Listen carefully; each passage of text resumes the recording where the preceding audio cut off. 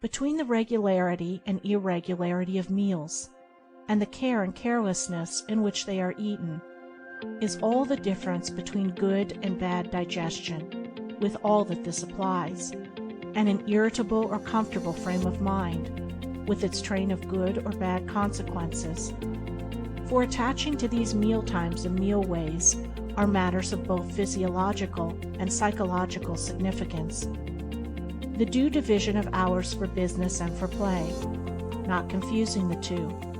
The orderly fitting in of all the details of one's business, times for solitude, for silent thought and for effective action, for eating and for abstinence. All these things must have their lawful place in the life of whose daily round is to proceed with the minimum degree of friction, who is to get the most usefulness, influence, and joy out of life. But all this is but the beginning of that comprehensive method which embraces the whole life and being. When this smooth order and logical consistency is extended to the words and actions, to the thoughts and desires, then wisdom emerges from folly, and out of weakness comes power sublime.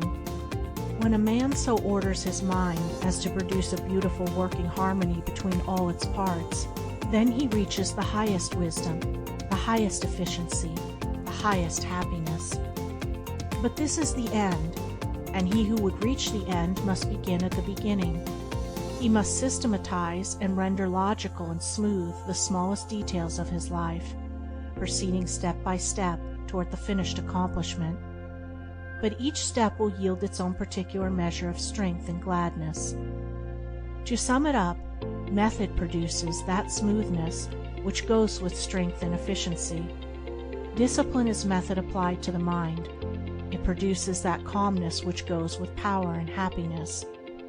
Method is working by rule. Discipline is living by rule. But working and living are not separate. They are but two aspects of character, of life.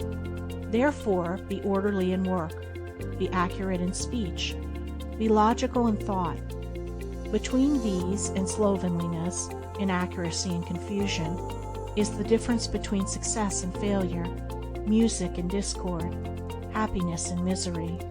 The adoption of sound methods of working, acting, thinking, in a word, of living, is the surest and safest foundation for sound health, sound success, sound peace of mind. The foundation of unsound methods will be found to be unstable, and to yield fear and unrest, even when it appears to succeed, and when its time of failure comes, it is grievous indeed.